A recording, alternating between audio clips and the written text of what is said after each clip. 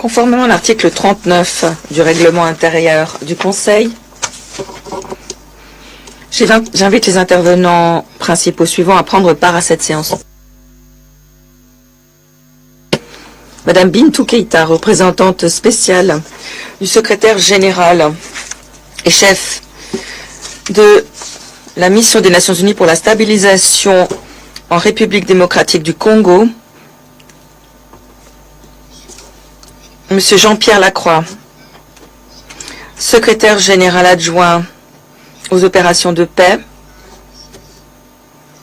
et Madame Joy Msuya, sous-secrétaire générale aux affaires humanitaires et coordonnatrice adjointe des secours d'urgence. Il en est ainsi décidé.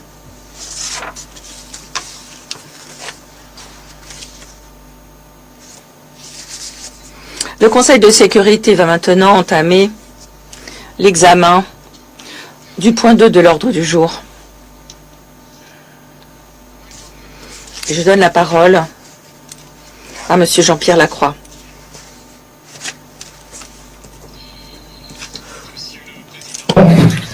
Distingués membres du Conseil de sécurité, Madame la ministre d'État, ministre des Affaires étrangères de la République démocratique du Congo, Monsieur le représentant permanent de la République du Rwanda et autres distingués ambassadeurs et représentants, je remercie le Conseil de sécurité de cette occasion d'intervenir sur la situation prévalant dans l'Est de la République démocratique du Congo. Je ferai une brève déclaration liminaire avant l'intervention de mes collègues Bintou Keïta et Joyce Msuya. Comme cela a été discuté avec la présidence du Conseil de sécurité en raison d'engagements antérieurs dans le cadre d'une visite officielle en République arabe syrienne, je ne serai sans doute pas en mesure de participer à l'ensemble de la séance et je prie les membres du Conseil de sécurité et les autres participants à travers vous, Monsieur le Président, de m'en excuser. Monsieur le Président, la réunion d'aujourd'hui se tient dans un contexte de détérioration majeure de la situation à l'est de la République démocratique du Congo. Depuis le début de l'année, le M23 a lancé des opérations offensives de grande envergure dans l'est de la RDC avec l'appui des forces armées du Rwanda. Ces actions leur ont permis d'étendre leurs gains territoriaux de manière significative en l'espace de quelques semaines, tout en ouvrant un nouveau front dans le sud Kivu, d'où la MONUSCO s'est retirée le 30 juin 2024. Les Nations Unies sont profondément préoccupées par la reprise des hostilités qui a entraîné la prise de Saké, une localité stratégique située à quelques kilomètres de Goma, menaçant directement des millions de civils et les casques bleus déployés avec le mandat d'assurer leur protection physique. À cet égard, je me réfère à la déclaration du secrétaire général sur ce sujet qui vient d'être publiée et je me permets d'inviter les membres du Conseil et les autres participants à la consulter. Le 23 et 24 janvier, le M23 a tiré sur les positions de la MONUSCO et de la SAMI-DRC.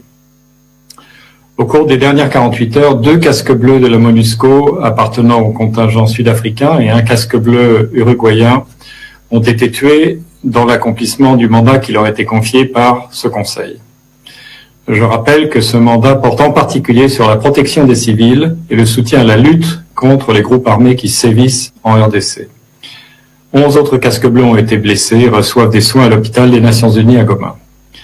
Des soldats de la SAMI-DRC, la force de la SADC, à laquelle la MONUSCO apporte un soutien en vertu d'un mandat donné par ce Conseil, ont également été tués et blessés. Et il y a également de très nombreuses victimes civiles et des déplacements additionnels de populations importants dans un contexte humanitaire déjà extrêmement difficile. Je souhaite saisir cette opportunité pour exprimer, au nom du secrétaire général des Nations Unies, nos plus profondes condoléances aux familles des casques bleus décédés, ainsi qu'à leur gouvernement et au peuple sud-africain et uruguayen. Et je souhaite un prompt rétablissement aux blessés.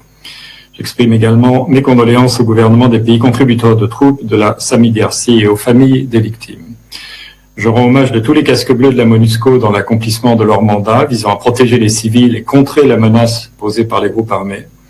Et je saisis cette occasion pour rappeler que les attaques contre les casques bleus et le personnel civil des Nations Unies peuvent constituer des crimes de guerre.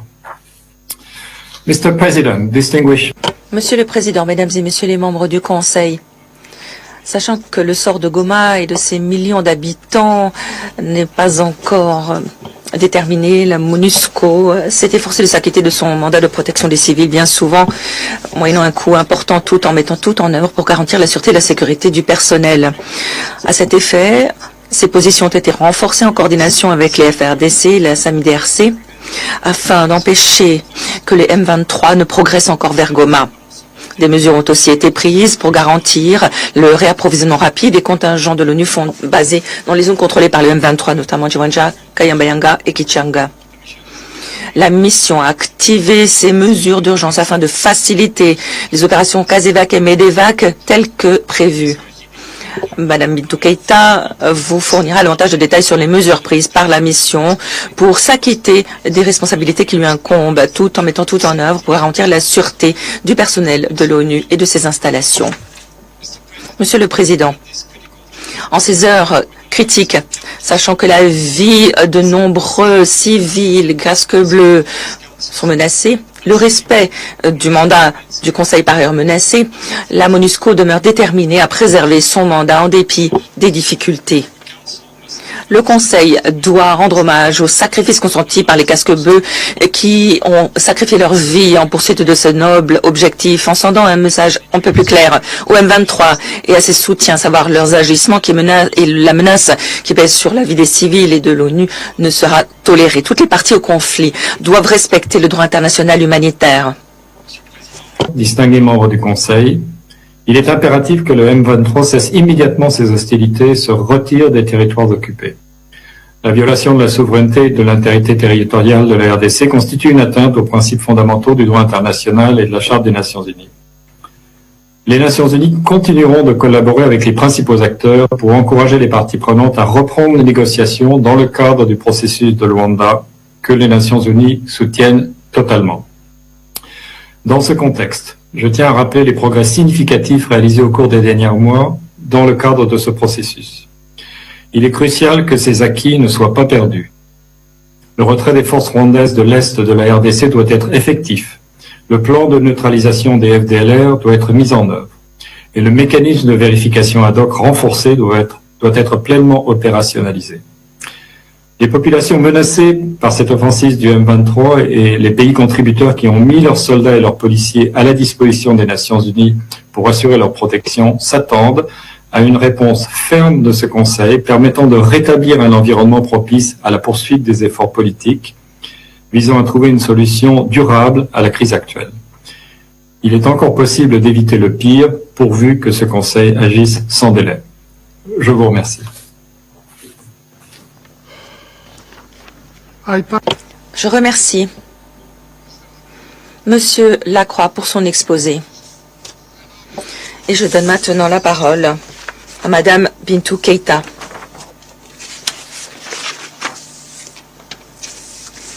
Merci, Monsieur le Président. Mesdames et Messieurs les membres du Conseil de sécurité, merci d'avoir convoqué cette séance d'urgence afin de nous permettre d'aborder les faits nouveaux alarmants survenus dans l'Est de la RDC. Le 23 janvier, le gouverneur militaire du Nord Kivu, le général Peter Chirimwani, a été blessé sur le champ de bataille. Il est ensuite décédé. À ce jour, la MONUSCO a perdu 3 casques bleus qui essayaient de protéger Sake et Goma contre le M23.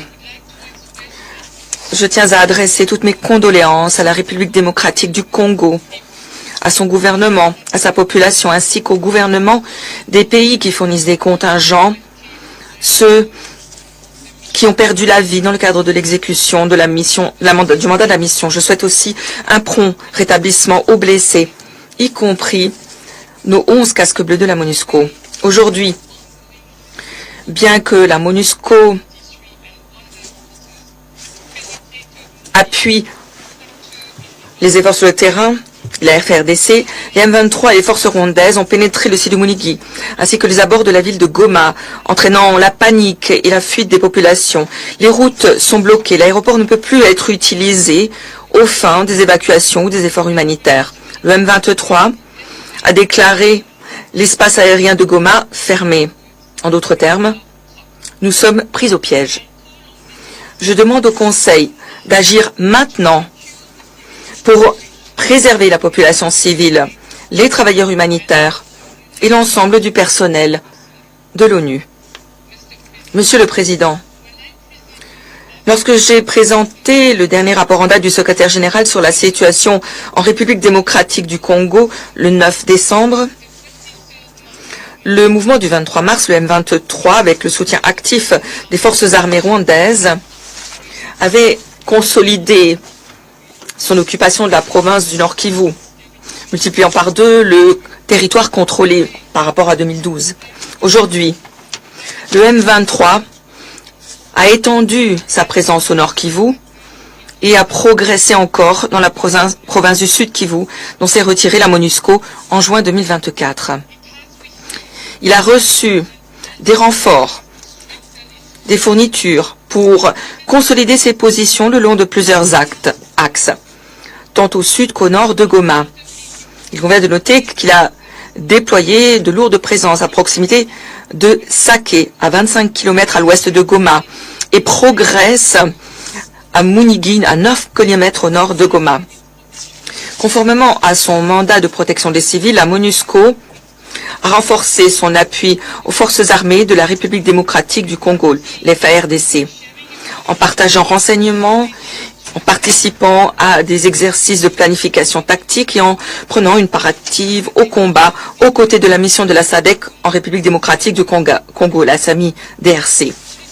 La MONUSCO a activé l'opération Springbok 3 et déployé une force de réaction rapide, un bataillon de déploiement rapide, un bataillon de réserve et une section des forces spéciales ainsi qu'une batterie d'artillerie afin de consolider ses positions pour contrer l'avancée du M23.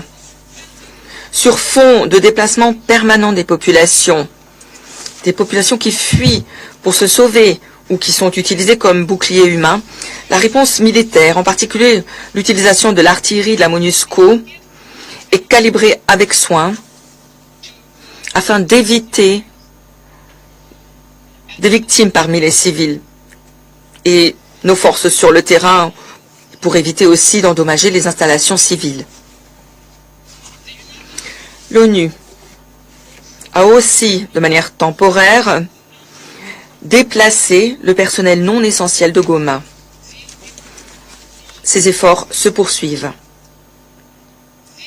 Cette mesure vise à garantir la sécurité du personnel tout en maintenant les opérations essentielles de l'ONU dans la province.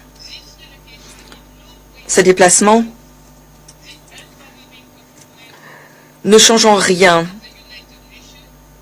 l'engagement indéfectible de l'ONU à fournir de l'aide humanitaire et à protéger les civils au Nord Kivu. Le brouillage GPS, les incidents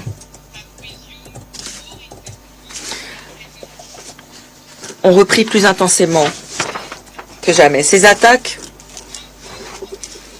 nuisent à la protection des civils et entravent la sûreté et la sécurité du personnel de l'ONU. La mission est prête à fournir des documents à l'appui de la plainte présentée par la RDC auprès de l'OACI et encourage les membres à faire de même. Alors que la position robuste de la MONUSCO à l'appui des FARDC et de la SAMI-DRC a contribué à lutter contre la mésinformation et la désinformation, les autorités congolaises et la MONUSCO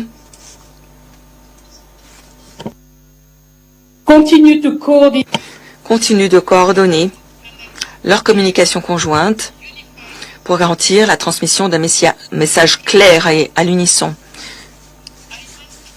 Il n'en demeure pas moins que je me dois d'attirer l'attention du Conseil sur une augmentation inquiétante des discours de haine menés par des affiliés au M23 en ligne. Ces discours de haine me cible moi en tant que représentante spéciale du secrétaire général, mais aussi le porte-parole de la mission qui a fait l'objet de menaces de violences sexuelles. Je demande aux autorités congolaises de condamner sans embâche les discours de haine qui ciblent tout particulièrement les défenseurs et défenseuses des droits humains et les acteurs et actrices de la société civile. À ce stade, 32 défenseurs des droits humains au moins ont contacté la MONUSCO pour demander des mesures de protection. En réponse, la mission a mis en place des mécanismes individuels de protection avec les réseaux de droits humains. Plus que jamais, nous devons trouver une solution politique. Une déplacée du Nord Kivu a récemment insisté que même la Seconde Guerre mondiale s'est terminée grâce au dialogue. J'appelle donc la RDC et le Rwanda à poursuivre les négociations politiques dans le cadre du processus de Luanda. À ce titre, la rhétorique hostile et les accusations mutuelles doivent cesser pour laisser place à des échanges et des actions constructives. Je salue les efforts de la communauté internationale pour préserver ce processus, surtout après le sommet avorté du 15 décembre 2024. Concrètement, j'appelle aussi le Rwanda à retirer ses forces du territoire congolais, à cesser son appui au M23 et à déployer au plus vite ses délégués dans le mécanisme de vérification ad hoc renforcé pour compléter les effectifs de l'Angola et de la RDC. J'appelle de plus la RDC à mener des efforts significatifs pour neutraliser les FDLA. Je réaffirme l'engagement de la MONUSCO à soutenir ces efforts en lien avec son mandat. En parallèle, j'encourage une synergie étroite entre le processus de Luanda et le processus de Nairobi en cours de revitalisation. Pour favoriser des avancées notables, il faudrait faire des concessions. Notamment, le M23 devrait se retirer immédiatement vers les positions d'avant le 4 août. J'appelle toutes les parties à respecter leurs obligations de protéger les civils dans le plein respect du droit international humanitaire et du droit international des droits de l'homme. Les infrastructures civiles fournissant des services essentiels aux civils ne doivent également jamais être prises pour cible. Monsieur le Président, alors que l'Angola se prépare à présider l'Union africaine en février, je soutiens un deuxième sommet quadripartite de la SADC, la Conférence internationale sur la région des Grands Lacs, CIRGL, la Communauté économique des États de l'Afrique centrale, CEAC, et la Communauté de l'Afrique de l'Est, CAE, pour renforcer les efforts de paix. Il serait également crucial de convoquer d'urgence un nouveau sommet tripartite entre l'Agence des Nations Unies pour les réfugiés HCR, la République démocratique du Congo et le Rwanda. De plus, il sera crucial de tenir le 12e sommet du mécanisme de suivi régional du Conseil de paix et de sécurité de l'Union africaine pour relancer l'accord cadre pour la paix, la sécurité et la coopération.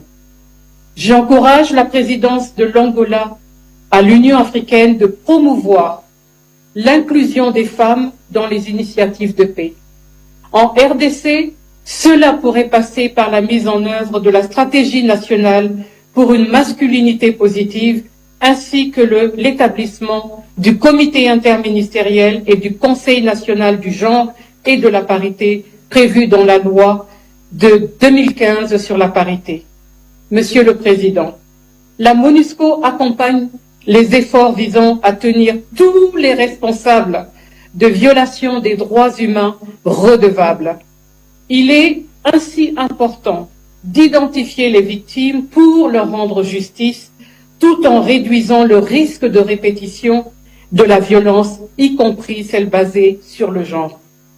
En complément, des mandats internationaux doivent être émis contre ceux qui alimentent l'insécurité et commettent des violations des droits humains et du droit international humanitaire. Avec l'envoyé spécial pour la région des Grands Lacs, l'ambassadeur Wang Xia, et tous mes autres collègues, J'appelle le Conseil à prendre des mesures décisives, y compris des sanctions ciblées contre les auteurs des violations. Aucune exception ne doit être faite. Je vous remercie de votre aimable attention.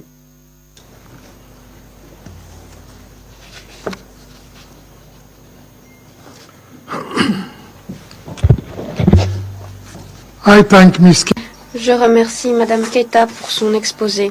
Je donne maintenant la parole à Madame Joyce Msuya. Monsieur le Président, Mesdames et Messieurs les membres du Conseil de sécurité, merci de me donner la possibilité d'intervenir au Conseil au sujet de la situation humanitaire en République démocratique du Congo. Monsieur le Président, la crise dans l'est de la RDC est à un moment périlleux. La situation se détériore très rapidement et si les hostilités se propagent à Goma, un centre urbain densément peuplé, les retombées sur les civils pourraient être dévastatrices. Plus de 21 millions de personnes ont déjà besoin d'assistance dans le pays. Il s'agit d'un des chiffres les plus élevés à travers le monde. Près d'1 million de personnes ont déjà fui dans les pays voisins. L'escalade dans l'est du pays risque d'exacerber encore cette situation humanitaire difficile.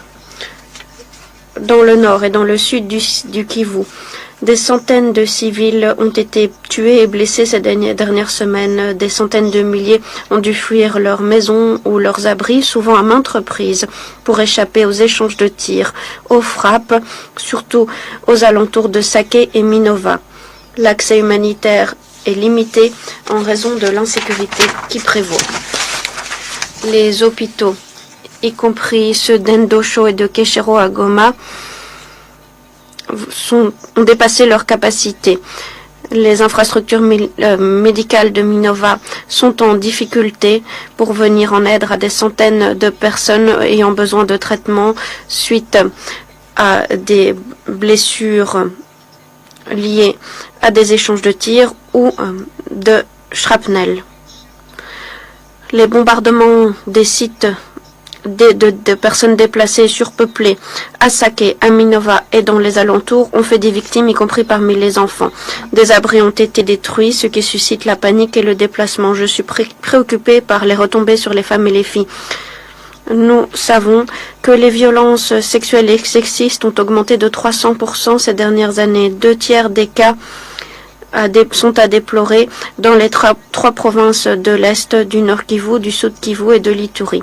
Le secrétaire général a insisté sur la nécessité de défendre le droit international humanitaire et les droits humains. Il a appelé à un accès humanitaire immédiat et sans entrave aux populations dans le besoin. Je me fais l'écho de cet appel. Nous exhortons les parties à protéger les civils et les infrastructures critiques dont les civils dépendent. Nous appelons à respecter les sites de déplacement qui sont des sites civils. Nous appelons à éviter des systèmes explosifs et autres artilleries lourdes dans des zones peuplées. C'est particulièrement important alors que les hostilités risquent de toucher Goma et que nous courons un risque de conflit dans des zones urbaines. Toutes les parties doivent s'assurer de préserver les civils et les infrastructures civiles dans le cadre des opérations militaires. Monsieur le Président, en ces temps difficiles, nos partenaires humanitaires poursuivent courageusement et de façon inlassable leurs efforts pour mener à bien des opérations vitales en négociant les possibilités d'accès, en fournissant des soins de santé critiques via nos partenaires, notamment des ONG chargées d'acheminer une assistance médicale et alimentaire. Mesdames et Messieurs les membres du Conseil, afin de faire face à cette crise humanitaire et éviter qu'elle ne s'aggrave, j'ai 3 requêtes. Premièrement, j'exhorte le Conseil et ses membres à peser de tout leur poids pour s'assurer que le droit international humanitaire soit respecté par toutes les parties. Les civils doivent être protégés. Les sites de déplacement des civils et les infrastructures médicales doivent être protégés. Un accès humanitaire sûr, rapide et sans entrave à ceux qui sont dans le besoin doit être garanti. Deuxièmement, alors que nous entamons l'année et que de nombreuses sources de financement sont indisponibles ou retardées pour différentes raisons, un financement adéquat et durable est nécessaire pour permettre l'action humanitaire d'urgence. Face à l'ampleur et la gravité de la situation, nous avons mobilisé 17 millions du CERF pour procéder à des interventions vitales immédiates. Toutefois, que les choses soient claires, des ressources supplémentaires sont urgemment nécessaires. Troisièmement, j'exhorte les membres du Conseil et tous les États membres à peser de tout leur poids pour mettre fin aux hostilités.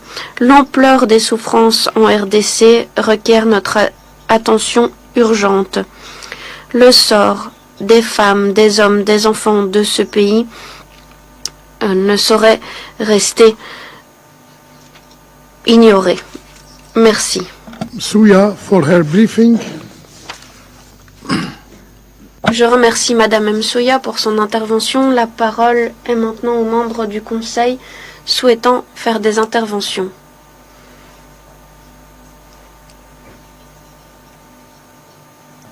La parole est à la France.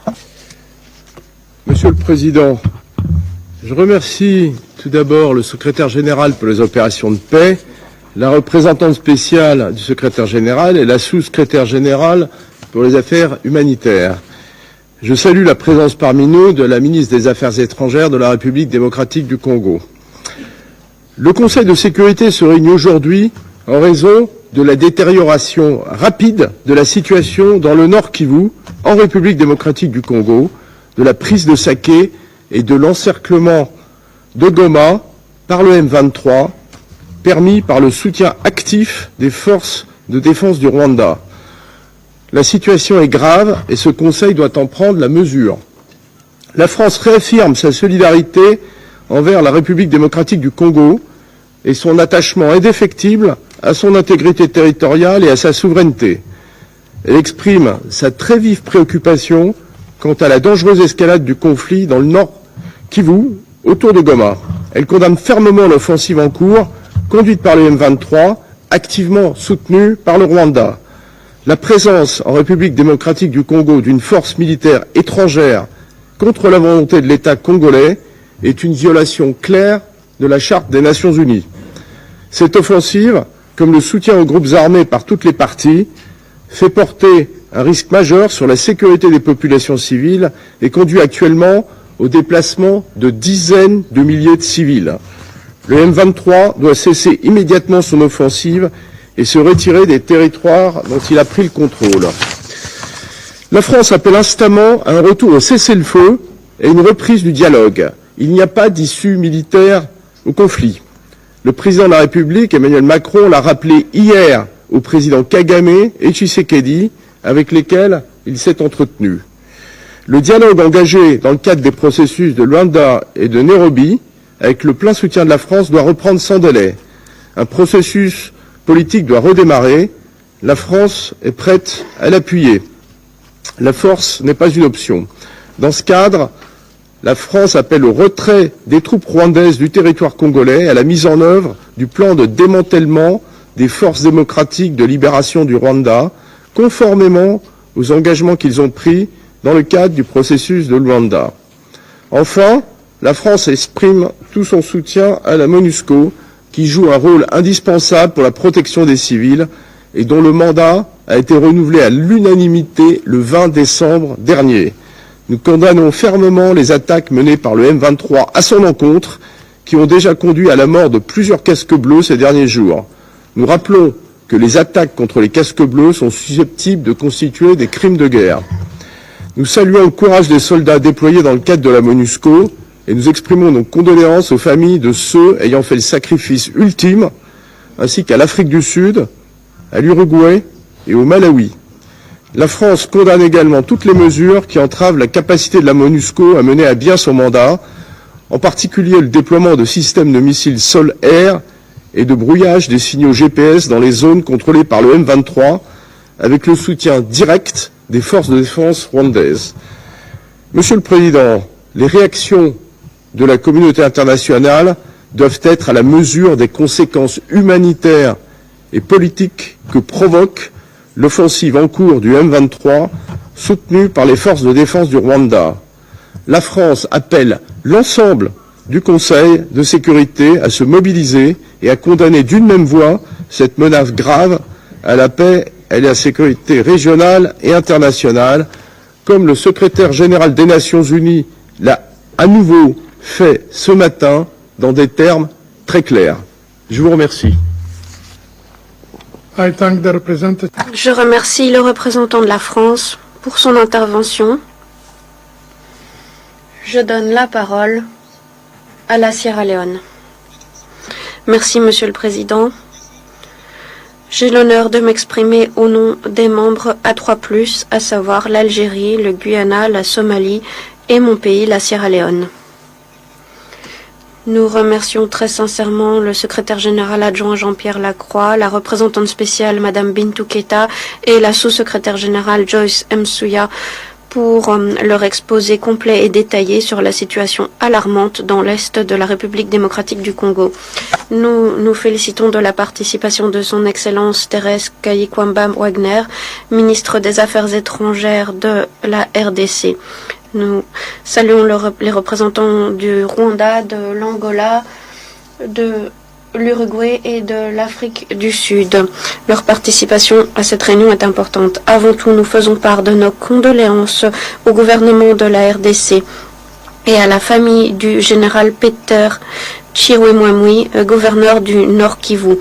Nous sommes solidaires avec les familles des casques bleus de l'ONU qui ont perdu la vie et des membres du contingent de la SAMI RDC qui ont perdu la vie. Nous souhaitons un prompt rétablissement à ceux qui ont été blessés. Nous faisons part de notre solidarité avec l'ONU et avec les acteurs humanitaires sur le terrain qui poursuivent leur travail indispensable dans des conditions profondément difficiles et dangereuses. Monsieur le Président, ces derniers jours, les A3+, ont été en contact avec un nombre important de parties prenantes pour évaluer comment le Conseil pouvait venir en aide à la population congolaise et mettre fin aux violences dans l'est du RDC suite à l'interruption du cessez-le-feu par le M23. Nos consultations avec les gouvernements de la RDC et du Rwanda, ainsi que nos discussions avec le secrétariat de l'ONU, nous ont renforcés dans notre conviction, à savoir que la solution au conflit doit être politique et non militaire. Dans ce contexte, nous affirmons que les processus de Luanda et de Nairobi sont des solutions viables pour la paix. Soyons clairs, lorsque nous appelons à une solution politique, nous indiquons également que la souveraineté et l'intégrité territoriale de la RDC doit être respectée par tous les acteurs, étatiques et non étatiques. Au vu de l'évolution de la situation en RDC, nous aimerions insister sur les éléments suivants. Premièrement, nous condamnons fermement la prise pour cible de casques bleus et du personnel militaire de la SAMI RDC lors de l'offensive du M23. Nous félicitons la MONUSCO qui préserve sa posture de défense pour protéger les civils et s'acquitter de son mandat. Nous appelons à une coordination constante entre la MONUSCO, les FARDC et la SAMI RDC conformément au mandat en vigueur et aux résolutions pertinentes du Conseil. Nous condamnons fermement le leurrage et le brouillage de signaux GPS utilisés par la MONUSCO. Nous appelons le mouvement M23 à cesser ses activités de brouillage. Alors que la communauté internationale se concentre sur l'évacuation des citoyens, des diplomates et du personnel, n'oublions pas non plus la sûreté et la sécurité de la population congolaise qui n'a nulle part où aller. La protection de millions de civils congolais est une priorité centrale pour le A3+. Nous exhortons la MONUSCO à continuer à protéger la population et les infrastructures civiles critiques à Goma. Deuxièmement, nous appelons les rebelles du M23 AFC à cesser les hostilités, à mettre fin aux offensives et à regagner les zones de pré-cantonnement déterminées. Il convient également de reprendre le processus de Nairobi pour faire taire les armes. Comme nous l'avons dit, la solution repose dans un dialogue politique. Étant donné l'évolution de la situation, les A3+, appellent les partis à œuvrer de bonne foi afin de créer les conditions propices à la paix. Dans ce contexte, nous appelons le gouvernement de la RDC à travailler de bonne foi avec les parties prenantes pertinentes, à s'engager à la neutralisation des FDLR tel que le prévoit le plan harmonisé dans le cadre du processus de Luanda. Nous appelons le gouvernement de la RDC et le gouvernement du Rwanda à reprendre les discussions diplomatiques sous la houlette du processus de Luanda afin de parvenir à une solution pacifique, pérenne au conflit dans la région, notamment pour ce qui est de la neutralisation des FDLR et le désengagement des forces hors du territoire de la RDC. Troisièmement, nous appelons tous ceux qui appuient les avancées du M23 à mettre fin à cette assistance, étant donné que cela hypothèque la paix et la stabilité à long terme de la RDC et de la région.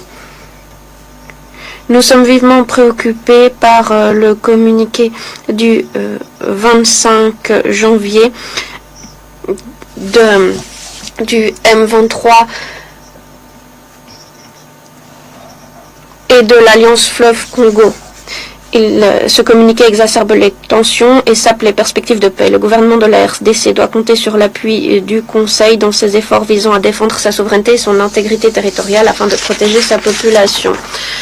Nous appelons également le Conseil à contribuer à la désescalade et à éviter de pointer du doigt telle ou telle partie au conflit. Nous appelons à appuyer les processus de Luanda et de Nairobi. Il convient de s'assurer qu'aucun acteur externe, délibérément ou non, ne contribue à la poursuite du conflit entre le Rwanda et la RDC, notamment en fournissant des armements ou d'autres ressources. Quatrièmement, nous appelons à la reprise du processus de Nairobi. Nous appelons le gouvernement de la RDC à s'engager en faveur de ce processus. Nous appelons les responsables africains à œuvrer de concert avec les parties prenantes et à revitaliser le processus avec le plein appui de la communauté internationale. Alors que nous appelons à mettre fin à l'offensive en cours, la communauté internationale doit agir immédiatement, appuyer la MONUSCO afin d'alléger la crise humanitaire grave qui fait rage dans l'est de la RDC. D'après l'OCHA, près de 6,5 millions de personnes sont déplacées dans le pays. 34 000 personnes ont été déplacées très récemment. Des hôpitaux d'urgence à Goma sont dépassés. Près de 290 civils sont blessés, dont 90 en situation critique. Nous devons nous unir en faveur de la MONUSCO et des agences de l'ONU pour fournir une assistance médicale vitale. Nous sommes préoccupés d'apprendre que près de 80% de l'infrastructure électrique et d'approvisionnement en eau de Goma a été endommagée en raison de l'offensive du M23 et de l'Alliance Fleuve Congo. Qui plus est, près de 400 000 enfants sont déscolarisés en raison de la fermeture des écoles dans la région. En guise de conclusion, nous sommes reconnaissants au président de l'Angola et à l'ancien président du Kenya, M. Kenyatta, pour leur engagement infaillible en faveur de la paix dans l'est de la RDC et leur contribution importante en faveur des processus de Luanda et de Nairobi respectivement. Nous nous faisons l'écho de l'appel de M. Moussa Faki, président de la Commission de l'Union africaine, qui a appelé toutes les parties à s'engager en faveur de processus de paix sous la houlette des processus de Luanda et de Nairobi. Merci. Je remercie la Sierra Leone pour son intervention. La parole est aux États-Unis. Merci, Monsieur le Président. Merci aux intervenants et merci à la représentante spéciale Keita pour son rôle de chef de file à la tête de la MONUSCO face à une escalade grave du conflit dans l'est de la RDC. Merci à la sous-secrétaire générale Msuya. Je salue la participation de la ministre des Affaires étrangères de la RDC à notre réunion. Chers collègues, nous condamnons sans embâche les hostilités du M23 et du Rwanda contre Goma et Sake. Nous appelons à un cessez-le-feu immédiat et à la fin des confrontations qui mettent en danger les civils et ont déplacé des dizaines de milliers de personnes supplémentaires alors que la population fuit les combats. Les États-Unis saluent le rôle de la MONUSCO qui a pris des mesures fermes pour défendre Sake et Goma face aux avancées du Rwanda et du M23. Nous faisons part de nos plus sincères condoléances aux familles de tous les casques bleus qui ont perdu la vie dans ces attaques et nous félicitons tout le personnel de la MONUSCO pour son courage et ses efforts de protection des civils lors de ces attaques. L'utilisation d'artillerie de pointe, notamment de brouillage de GPS et de l'orage, entrave les efforts humanitaires, met en danger la MONUSCO et met également en danger tous ceux qui fuient les violences. Ces actions doivent cesser immédiatement. L'utilisation indiscriminée d'artillerie met en danger les civils alors que des bombes tombent à proximité de sites de personnes déplacées. Les responsables du M23, d'autres groupes armés et du Rwanda doivent émettre des ordres clairs, à savoir qu'il est interdit de cibler les civils et les sites de personnes déplacées. Chers collègues, il ne saurait y avoir de solution militaire à la situation en RDC. Pour parvenir à une paix pérenne, toutes les parties doivent honorer leurs engagements au titre du processus de Luanda, conformément aux termes établis par le président de l'Angola. Nous appelons à l'opérationnalisation d'un mécanisme de vérification ad hoc. Nous appuyons les efforts de l'ancien président du Kenya, Kenyatta, en négociation avec le M23. Toutes les parties au conflit doivent respecter le cessez-le-feu en vigueur depuis août et doivent mettre fin aux confrontations. Nous appelons les partenaires de la région des Grands Lacs à utiliser les outils diplomatiques à leur disposition pour insister sur ce message. Il convient de respecter l'intégrité territoriale et la souveraineté de la RDC. Il convient de mettre fin à toute forme d'appui aux groupes armés, qu'ils soient congolais ou étrangers.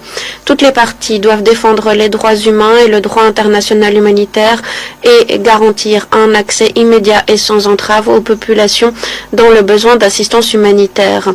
Les États-Unis sont alarmés par les informations du groupe d'experts de l'ONU faisant état de la création d'une administration parallèle, de recrutement forcé ou encore d'exploitation illicite de zones minières dans les régions contrôlées par le M23. À nouveau, nous condamnons fermement les discours de haine et la xénophobie, ainsi que les politiques ciblant certaines ethnies. Nous allons utiliser tous les moyens à notre disposition pour que les responsables du conflit, de l'instabilité et de l'insécurité en RDC rendent des comptes. Je vous remercie. Je remercie la représentante des États-Unis pour son intervention. Je donne maintenant la parole à la Grèce. Merci, Monsieur le Président. Nous remercions le secrétaire général adjoint Lacroix, la représentante spéciale Madame Keita et la sous-secrétaire générale Msuya pour leurs exposés à l'occasion de cette réunion. Nous saluons la participation de la ministre des Affaires étrangères de la République démocratique du Congo. Nous saluons la représentante spéciale Keita et la MONUSCO qui poursuivent leurs efforts dans ces circonstances difficiles, dans ce contexte d'escalade de la crise et dans un contexte de détérioration des relations entre la RDC et le Rwanda. J'aimerais mentionner 4 points. Nous condamnons les violations flagrantes du cessez-le-feu suite aux avancées du M23 dans le Nord Kivu. Le M23 doit revenir sur ses positions précédentes et mettre fin au siège de Goma. Les menaces de saisie de Goma par le M23 sont inacceptables. Comme l'indique le groupe Dresper, la présence de troupes du Rwanda sur les territoires congolais en appui au M23 nous préoccupe. Nous appelons le Rwanda à cesser l'appui du M23 et à retirer ses forces. Nous rappelons l'importance de respecter la souveraineté et l'intégrité territoriale de la RDC. Il convient également de garantir la neutralisation des FDLR par la RDC. Il est important que tant la RDC et le Rwanda se réengagent en faveur du cessez-le-feu, mettent en œuvre le dialogue politique et toutes les décisions convenues au titre du processus de Luanda. Nous saluons le président de l'Angola pour ses efforts en faveur de la paix.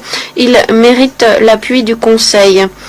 Pour des questions de principe, mon pays estime qu'il convient d'appuyer le concept au problème africain des solutions africaines. Troisièmement, nous devons nous concentrer sur les conditions humanitaires, notamment dans le Nord Kivu, qui sont déplorables. Toutes les parties doivent respecter le droit international humanitaire et garantir l'accès humanitaire sans entrave.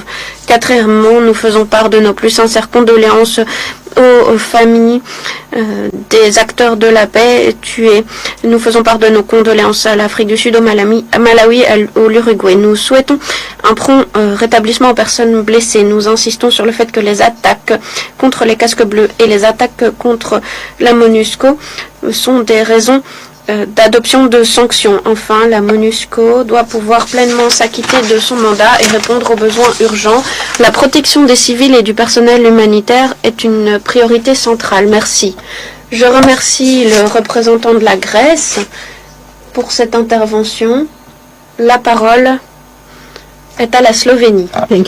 Merci, Monsieur le Président. Je remercie le secrétaire général adjoint Lacroix, la représentante spéciale Keita et la sous-secrétaire générale Msuya pour leur mise à jour sur la situation alarmante dans l'Est de la RDC. Les mots ne suffisent pas à décrire l'ampleur et la gravité de la situation dont nous sommes témoins au Nord Kivu. Alors que je vous parle, nous ne pouvons pas demeurer indifférents ou silencieux face à ces événements. Monsieur le Président, la Slovénie est vivement alarmée par la récente rapide escalade de la violence dans l'Est de la RDC. La saisie de vastes pans de territoire, les déplacements de centaines de milliers de civils et la violation flagrante du droit international sont autant d'atteintes directes à la paix et à la stabilité de la région. Elles sapent les processus de Luanda et de Nairobi, constituent une violation des accords de cessez-le-feu. La prise de Minova et de Sake, parallèlement à la menace qui pèse sur Goma, suscite nos vives préoccupations et pourrait avoir des conséquences sécuritaires et humanitaires catastrophiques. Nous condamnons catégoriquement les agissements des M23 et exigeons la cessation immédiate de toutes les hostilités. Nous leur demandons de cesser immédiatement toutes les attaques visant Goma et de mettre un terme à tous les plans visant à prendre tout ou partie de la ville. Nous demandons le retrait intégral et sans condition de leurs forces des territoires qui ont été saisis. Nous réitérons notre appel vigoureux au Rwanda afin qu'il cesse immédiatement de soutenir les M23 et retire pleinement ses forces du territoire de la RDC. Toute présence militaire non autorisée en RDC est une violation flagrante du droit international, de la Charte des Nations Unies et de l'intégrité et de la souveraineté territoriale de la RDC. Dans le même temps, nous exhortons la RDC à cesser toute coopération avec les FDLR et autres groupes armés, respecter les engagements en droit international et en vertu des accords régionaux. Nous exhortons le Rwanda et la RDC à prendre des mesures déterminées afin d'apaiser les tensions dans leurs relations. Nous les engageons à reprendre le dialogue et accorder la priorité à la paix, à la stabilité et au bien-être de la région. Les conséquences des déplacements sont graves. Des préoccupations relatives à la vulnérabilité accrue des femmes et des enfants confrontés aux risques répugnants de violences sexuelles et fondées sur le genre est élevée. Nous mettons en garde contre l'aggravation des divisions ethniques et les discours de haine. Nous rappelons à toutes les parties les obligations qui leur reviennent. Nous leur demandons de respecter le droit international humanitaire, le droit international des droits de l'homme. Nous leur demandons de garantir la protection des civils et de s'abstenir de toute action, y compris le retour aux armes lourdes qui a des effets dévastateurs sur les zones densément peuplées, notamment les camps de déplacés. Monsieur le Président, nous condamnons sans équivoque les attaques et les menaces visant la MONUSCO et son personnel, ainsi que la SAMI-DRC. Nous pleurons les pertes tragiques de ceux et celles qui ont consenti le sacrifice ultime. Nous adressons nos condoléances à leurs familles. Nous sommes solidaires des blessés, auxquels nous souhaitons un prompt rétablissement. Ces agissements ne sont pas simplement un affront à ceux et celles qui servent au sein de la MONUSCO, mais constituent un crime de guerre et une atteinte aux valeurs mêmes de la communauté internationale, une atteinte à la paix elle-même. Ces agissements exigent justice et application du principe de responsabilité. Nous sommes reconnaissants à l'ensemble des pays qui fournissent des contingents et des forces de police pour leur sacrifice, leur contribution aux efforts de l'ONU en RDC. Nous sommes à leur côté en ces heures difficiles. Monsieur le Président, il y a un peu plus d'un mois de cela, les 15 membres du Conseil levaient la main à l'unisson pour proroger le mandat de la MONUSCO. Ce vote ne fut pas simplement symbolique. Il s'agissait d'un engagement en faveur des hommes, des femmes, casques bleus et au-delà, dont la tâche consiste à protéger les civils dans l'est de la RDC, à soutenir les efforts de paix dans l'est de la RDC. Ils mettent leur vie en jeu au quotidien. Aujourd'hui, ces hommes, ces femmes, aux côtés de millions de civils innocents, sont confrontés à une menace mortelle. Nous pleurons les pertes tragiques de ceux et celles qui ont consenti le sacrifice ultime et sommes solidaires de tous les autres. Chers collègues, la communauté internationale et le Conseil ne peuvent pas se permettre de demeurer passifs face à cette crise. Nous avons clairement entendu les appels lancés au Conseil afin qu'il s'exprime clairement. Il est de notre responsabilité de les soutenir. Je vous remercie. Je remercie la représentante de la Slovénie pour son intervention et donne la parole au Royaume-Uni. Merci, Monsieur le Président. Je tiens pour commencer à remercier l'ensemble des intervenants principaux aujourd'hui, en particulier la représentante spéciale Keita pour son rôle de premier plan indéfectible. Nous nous félicitons de la participation de la ministre des Affaires étrangères de la RDC à cette réunion, ainsi que de la présence des représentants du Rwanda, de l'Angola, de l'Uruguay et de l'Afrique du Sud. Monsieur le Président, les casques bleus de la MONUSCO et son personnel font preuve de courage pour exécuter le mandat de notre Conseil en les circonstances les plus difficiles qui soient. Le Royaume-Uni réitère clairement aujourd'hui que les attaques visant les casques bleus de l'ONU sont inacceptables et pourraient constituer des crimes de guerre. Nous rappelons aussi que la planification, l'organisation, le parrainage ou les attaques qui sont menées contre les casques bleus de la MONUSCO pourraient constituer un motif de sanction de la part de l'ONU. Le Royaume-Uni adresse ses condoléances aux familles des casques bleus de l'Afrique du Sud, de l'Uruguay, qui ont perdu la vie en servant la MONUSCO. Nous adressons nos vœux de prompt rétablissement aux casques bleus qui ont été blessés. Le Royaume-Uni adresse aussi ses condoléances aux familles des membres de contingent de la mission SAMI-DRC qui ont perdu la vie à l'appui de la stabilité et de la sécurité de la RDC. Ce faisant, nous sommes conscients du fait que le nombre de victimes évolue d'heure en heure. La RDC et la région vivent des heures critiques. Monsieur le Président, j'aimerais maintenant formuler 3 remarques. Premièrement, le Royaume-Uni condamne une fois encore les actes violents de tous les groupes armés, y compris les FDLR et les M23. Nous sommes vivement préoccupés par l'ampleur et la vitesse des progrès récents des M23 et des forces de défense rwandaises dans l'est de la RDC. En décembre, le Conseil prorogeait le mandat de la MONUSCO. Depuis, le M23 a poursuivi ses offensives inacceptables, tout comme les forces de défense rwandaises au nord Kivu, au sud Kivu. Offensives qui ont mené à la prise de plusieurs villes et villages. Comme nous l'avons entendu, des centaines de milliers de civils ont été déplacés et la violence s'est intensifiée. Nous sommes également vivement alarmés par la déclaration des M23 disant qu'ils ont l'intention de prendre Goma, une ville où la situation humanitaire est déjà catastrophique. L'augmentation du nombre de déplacés du fait de l'expansion territoriale des M23 signifie davantage de pression sur les camps de déplacés déjà surchargés et exacerbe les difficultés auxquelles se heurtent les acteurs humanitaires.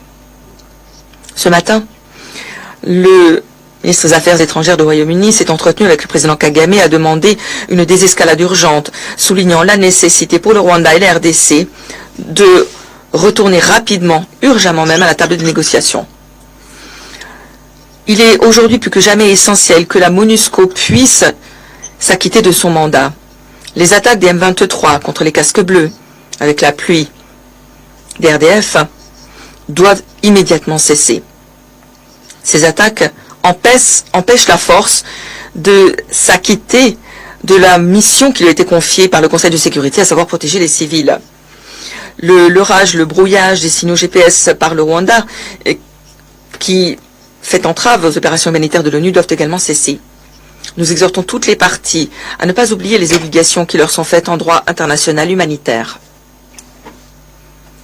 Enfin, Monsieur le Président, le Royaume-Uni remercie une fois encore l'Angola pour son rôle de chef de file à la tête des efforts de médiation. Nous encourageons la RDC et le Rwanda à reprendre les négociations et à concentrer leurs efforts sur des progrès tangibles et à respecter les engagements pris au titre du concept d'opération. Il ne saurait y avoir de solution militaire à cette situation. Les combats doivent cesser, les civils doivent être protégés et les partis doivent travailler de bonne foi dans le cadre du processus politique. Je vous remercie.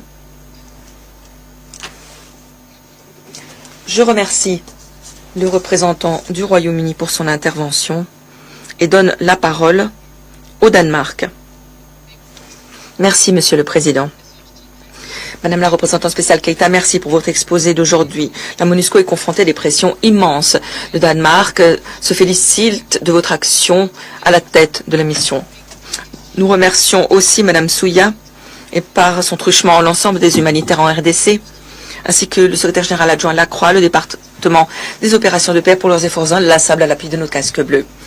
Je me félicite de la présence du ministre des Affaires étrangères Wagner à cette séance. J'aimerais pour commencer adresser toutes nos condoléances aux familles, aux amis, aux collègues des casques bleus courageux qui ont consenti le sacrifice ultime au service de la paix. Monsieur le Président, alors que je vous parle, les M23, avec l'appui des forces de défense rwandaises, progressent vers Goma. Le Danemark condamne en les termes les plus vigoureux l'offensive des M23 à Goma et la récente prise de Minova et Sake. Les souffrances humaines qui en ont découlé et qui continuent de découler sont inimaginables et inacceptables. Il ne fait aucun doute que cette offensive, ainsi que la présence militaire de Rwanda en RDC, sont des violations claires de l'accord de cessez-le-feu, des violations claires de la Charte des Nations Unies, des violations claires de l'intégrité territoriale de la RDC. Nous demandons à M23 et ODER de cesser ces opérations, de se retirer des zones occupées immédiatement. Monsieur le Président, la MONUSCO opère dans des circonstances extrêmement difficiles. Elle est confrontée à une opposition hostile qui utilise le brouillage des signaux GPS et des armes de pointe. Ceci limite considérablement les capacités de la mission, mais entrave l'acheminement de l'aide humanitaire et complique l'accès aux populations civiles les plus vulnérables. Que les choses soient claires. Le Danemark déplore en les termes les plus vigoureux toute attaque visant les casques bleus, le personnel de l'ONU et les partenaires humanitaires. Ces attaques sont inacceptables. Il s'agit d'une violation du droit international qui pourrait constituer un crime de guerre. Monsieur le Président, l'Est de la RDC est depuis longtemps confronté à de multiples crises. La situation humanitaire y est catastrophique. Avec les avancées du M23, la protection des civils est menacée, notamment dans les camps de déplacés surchargés. La violence sexuelle est fondée sur le genre, le recrutement d'enfants, les discours de haine, la xénophobie, les assassinats sommaires et autres violations du droit international humanitaire, ainsi que les violations des droits humains, ont été largement signalées et documentées. Nous sommes vivement préoccupés s'agissant de la protection des civils. Nous demandons à toutes les parties de respecter immédiatement le droit international humanitaire et le droit international des droits de l'homme. Toutes les parties responsables doivent rendre des comptes. La protection des civils, y compris des défenseurs des droits humains, des journalistes et de la société civile, doit être assurée. Il est urgent de garantir la sécurité de tous les travailleurs médicaux et du personnel humanitaire, y compris dans les camps de déplacés. L'accès humanitaire, les couloirs humanitaires doivent être préservés, tant pour ceux qui fuient que pour ceux qui restent. Monsieur le Président, la RDC est confronté à un conflit civil depuis plus de 30 ans. Nous sommes aujourd'hui à l'aube d'un conflit à plus grande échelle qui pourrait avoir des conséquences dévastatrices, non seulement pour le peuple congolais, mais pour toute la région. Nous exhortons toutes les parties à agir de bonne foi, à reprendre immédiatement les processus robustes existants pour régler le conflit. Nous faisons l'écho du secrétaire général et exhortons la RDC et le Rwanda à demeurer pleinement engagés dans le cadre du processus de Luanda. L'élan doit être préservé. La neutralisation des FDLR, le retrait des forces rwandaises doivent être garantis, tout comme l'application rapide du mécanisme de vérification ad hoc renforcé. Nous exhortons le Rwanda à envoyer son représentant au mécanisme immédiatement. Le Danemark appuie pleinement le processus de Luanda et le processus de Nairobi. Nous exhortons vigoureusement le Rwanda à cesser immédiatement d'appuyer le M23, l'engageant à retirer ses forces. Et l'RDC doit immédiatement cesser de soutenir les FDLR. Les groupes d'experts ont largement documenté leurs agissements. L'exploitation illégale des ressources naturelles dans l'est de la RDC est un facteur premier d'instabilité dans la région des Grands Lacs. Elle doit cesser. Nous encourageons le Rwanda et la RDC à enquêter et poursuivre tous les responsables et les réseaux concernés. Monsieur le Président, pour conclure, alors que je vous parle, le peuple congolais souffre. Ces souffrances sont largement antérieures à cette réunion. Elles sont liées au passé. Mais la population attend du Conseil qu'il agisse. Je vous remercie. Je remercie la représentante du Danemark pour son intervention et donne la parole à la Chine. Merci, Monsieur le Président. Je remercie la représentante spéciale Keita, le secrétaire général adjoint Lacroix et le sous-secrétaire général Msuya pour leurs exposés. Ces derniers jours, les tensions ont considérablement augmenté dans l'est de la RDC. Les M23 ayant lancé des offensives au nord Kivu, prenant des villes clés telles que Sake, Minowa, Masisi. Les victimes et les déplacements parmi les civils sont importants. Il est choquant de constater que le M23 vise les positions de la MONUSCO. Ces attaques ont causé la mort de casques bleus de l'ONU et en ont blessé un certain nombre aussi. Sans oublier le nombre de victimes enregistrées parmi les troupes de la SAMIDRC. Nous condamnons ces attaques des M23 contre les casques bleus et les civils. Nous exprimons toutes nos condoléances aux familles des victimes. Étant donné la situation dans l'est de la RDC, j'aimerais ici souligner ce qui suit. Premièrement, la Chine exhorte les M23 à cesser ces attaques immédiatement. Actuellement, les M23 poursuivent leurs attaques et revendiquent la prise de Goma, source de vive préoccupation pour la Chine.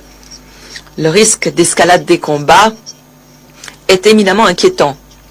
Les agissements des M23 constituent des violations graves de l'accord de cessez-le-feu et menacent la paix et la stabilité de la région. La Chine demande au M23 de respecter l'accord de cessez-le-feu, de cesser de recourir à la force, de se retirer des territoires pris et de reprendre les discussions politiques. Toutes les forces extérieures devraient s'abstenir de fournir un appui militaire au M23 et à d'autres groupes armés pour empêcher une détérioration supplémentaire de la situation. Deuxièmement, la protection des civils devrait être la première des priorités. Le droit international humanitaire doit être respecté. Peu importe les objectifs et les revendications des M23. Les civils doivent être protégés. Les M23 ne peuvent pas attaquer les civils et les installations civiles. Actuellement, un grand nombre de civils ont déjà fui leur foyer pour trouver refuge dans des zones déjà compliquées. Une assistance humanitaire doit être fournie et le M23 doit permettre l'acheminement de l'aide humanitaire. Troisièmement, la MONUSCO doit être soutenue pour lui permettre de s'acquitter de son mandat. La MONUSCO est en première ligne du conflit et s'acquitte du mandat qui est le sien conformément aux résolutions du Conseil. Les M23 ne devraient pas menacer la sûreté et la sécurité des casques bleus. Les attaques visant les casques bleus pourraient constituer des crimes de guerre. La Chine appuie la MONUSCO et l'idée de renforcement de ces mesures défensives à Sake et Goma. Nous sommes opposés au brouillage des signaux GPS qui empêche la MONUSCO d'exécuter son mandat. Nous demandons aussi à toutes les parties de s'abstenir de semer la désinformation, la mésinformation contre la MONUSCO. Nous devons soutenir fermement les efforts de médiation à l'échelle de la région. Étant donné les circonstances, il est plus urgent que jamais de décupler les efforts de médiation. Bien que le sommet tripartite ait été reporté, le processus de Luanda attend la RDC du Rwanda qu'elle demeure engagée en faveur du dialogue politique et à renforcer les communications pour trouver une solution pacifique et durable. Nous appuyons l'Angola et les autres parties qui poursuivent leurs efforts diplomatiques afin d'apaiser les tensions. Nous espérons que la représentante spéciale et Monsieur le Président, la Chine réitère son appui inébranlable à la souveraineté et à l'intégrité territoriale de la RDC. Nous appuyons les efforts déployés par le gouvernement de la RDC pour préserver la sécurité nationale. Nous soutenons l'idée pour le Conseil de s'exprimer d'une seule et même voix dans les plus brefs délais pour créer les conditions propices à la RDC et pour préserver la stabilité de la région. Je vous remercie. Je remercie le représentant de la Chine. Et je donne la parole au Pakistan. Décrivant ce qui règne dans l'est de la RDC, nous nous félicitons de la participation à cette séance du ministre des Affaires étrangères de la RDC, ainsi que la présence du Rwanda, de l'Angola et d'autres pays.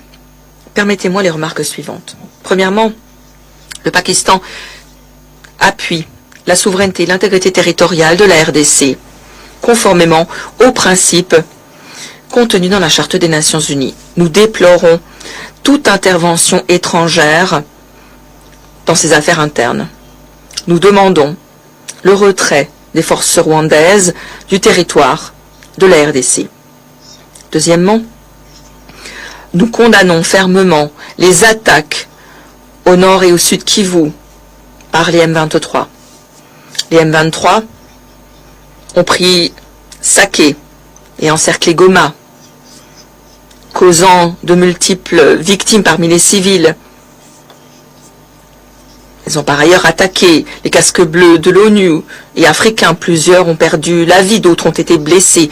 Ces attaques qui visent les civils et les casques bleus de l'ONU, casques bleus déployés en vertu d'un mandat du Conseil de sécurité, constituent des crimes de guerre. Les responsables de ces attaques, ceux qui les soutiennent ou les parrainent, doivent rendre des comptes. Nous exigeons du M23 qu'il cesse immédiatement ces attaques, qu'il se retire des zones occupées et respecte l'accord de cessez-le-feu du 31 juillet 2024. Nous leur demandons aussi de cesser de brouiller les signaux GPS et les activités de leur âge.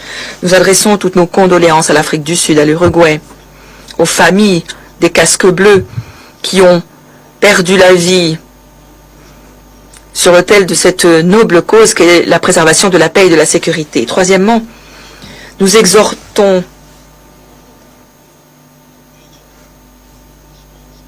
une réponse urgente à la crise humanitaire dans l'est de la RDC. L'aide doit parvenir à toutes les populations touchées par ces offensives du M23. L'accès doit être garanti par toutes les parties, y compris le M23. Accès aux populations civiles et à ceux et celles qui ont besoin d'aide. Quatrièmement, nous saluons le courage de nos casques bleus.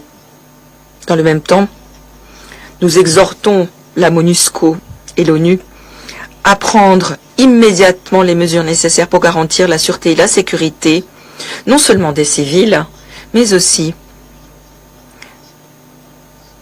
des casques bleus du personnel de l'ONU dans l'est de la RDC.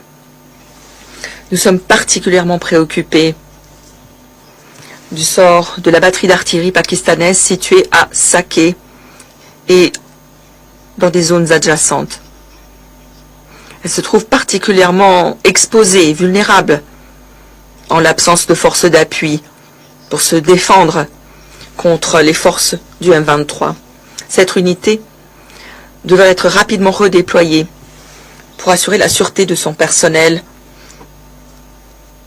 et de son matériel lourd et coûteux qui ne doit pas tomber entre les mains des forces rebelles. Le redéploiement permettra aussi à cette unité de soutenir les forces de la RDC, et ce de manière plus efficace. Un tel redéploiement doit intervenir immédiatement, tant que cela est encore possible. Cinquièmement, l'ONU, la MONUSCO et les forces de la RDC doivent élaborer une stratégie militaire efficace pour contrer le M23, qui est supérieur en nombre par rapport aux forces de la RDC et aux casques bleus et dispose de capacités plus pointues. Nous devons garantir le respect de la MONUSCO et de ses forces, non seulement dans la région, mais dans l'ensemble de la RDC. Le Pakistan estime que le retrait du Sud Kivu, qui a vu le départ de tous les casques bleus pakistanais, a été hâtif et influencé par des considérations politiques. Je dois rappeler ici que nos troupes avaient réussi à maintenir la paix et l'ordre au Sud Kivu. Nous devons renforcer la MONUSCO, la doter des capacités nécessaires pour faire face aux difficultés qu'elle rencontre dans l'Est de la RDC. En l'absence de moyens de renfort adéquats, de matériel, d'appui politique, en particulier de la RDC, l'ONU et les casques bleus ne pourront pas s'acquitter du mandat complexe qui leur a été confié par le Conseil. Sixièmement, nous demandons à la RDC et au Rwanda de reprendre le dialogue en vertu du processus de Luanda, mené fort habilement par son Excellence le Président Lourenço de l'Angola. Ce processus a réalisé des progrès encourageants. Nous regrettons que le sommet du 15 décembre n'a pu avoir lieu. Il devrait être convoqué urgemment.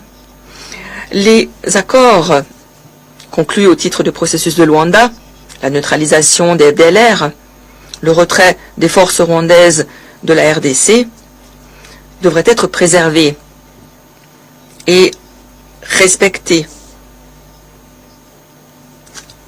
En dépit des problèmes liés au M23, nous espérons aussi que la réconciliation au sein de la RDC sera possible au travers du processus de Nairobi, sous la houlette de l'ancien président Kenyatta du Kenya. Nous appuyons pleinement l'envoyé spécial pour la région des Grands Lacs dans ses efforts de promotion du dialogue afin de régler le conflit dans l'Est de la RDC. Enfin, Monsieur le Président, nous exhortons le Conseil de sécurité à s'attaquer aux causes profondes du conflit dans l'Est de la RDC, à savoir l'exploitation illégale des ressources naturelles. Pour cela, des mécanismes de supervision, de traçabilité plus importants seront nécessaires, ainsi que la collaboration avec le gouvernement de la RDC, les partenaires régionaux et internationaux. Je vous remercie. Je remercie le représentant du Pakistan pour son intervention et donne la parole à la Fédération de Russie. Monsieur le Président, nous remercions Jean-Pierre Lacroix, Bintou Keita et Joyce Msuya pour leurs exposés. Nous saluons la participation à notre réunion de la ministre des Affaires étrangères de la République démocratique du Congo, Teresa Wagner. Nous saluons les représentants du Rwanda, de l'Angola, de l'Afrique du Sud et de l'Uruguay. Nous sommes vivement préoccupés par l'escalade de la situation à cause des M23 et nous la condamnons. En raison de ces actions, c'est avant tout la population civile qui souffre. Nous faisons part de nos condoléances aux citoyens de la RDC pour leur décès. Nous sommes à nouveau préoccupés par cette nouvelle vague de déplacements. Le nombre de déplacés, d'après l'ONU, dépasse les 400 000 personnes. Beaucoup parmi ces personnes ont déjà été déplacées par le passé et se trouvent dans des camps de réfugiés dans des circonstances très difficiles. Nous sommes vivement préoccupés par l'utilisation dans ces régions de systèmes d'armement sophistiqués. Nous sommes préoccupés par l'utilisation d'artillerie lourde à proximité d'infrastructures civiles. Nous sommes préoccupés de constater la poursuite de l'utilisation de systèmes de brouillage, ce qui présente une menace pour l'aviation civile. Malheureusement, la MONUSCO doit aussi déplorer des pertes.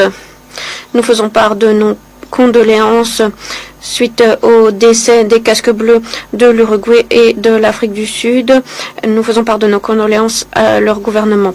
Et nous souhaitons prompt rétablissement aux personnes blessées. Nous condamnons fermement toute attaque contre les casques bleus. En raison d'une de ces attaques, en mars 2022, c'est un de nos ressortissants, un observateur militaire, Alexei Mizor, qui avait perdu la vie. Nous saluons et nous appuyons la MONUSCO. Nous saluons et nous appuyons également ses responsables et ses membres. Nous faisons part de nos condoléances à l'Afrique du Sud et au Malawi suite au décès de membres de la SAMI RDC.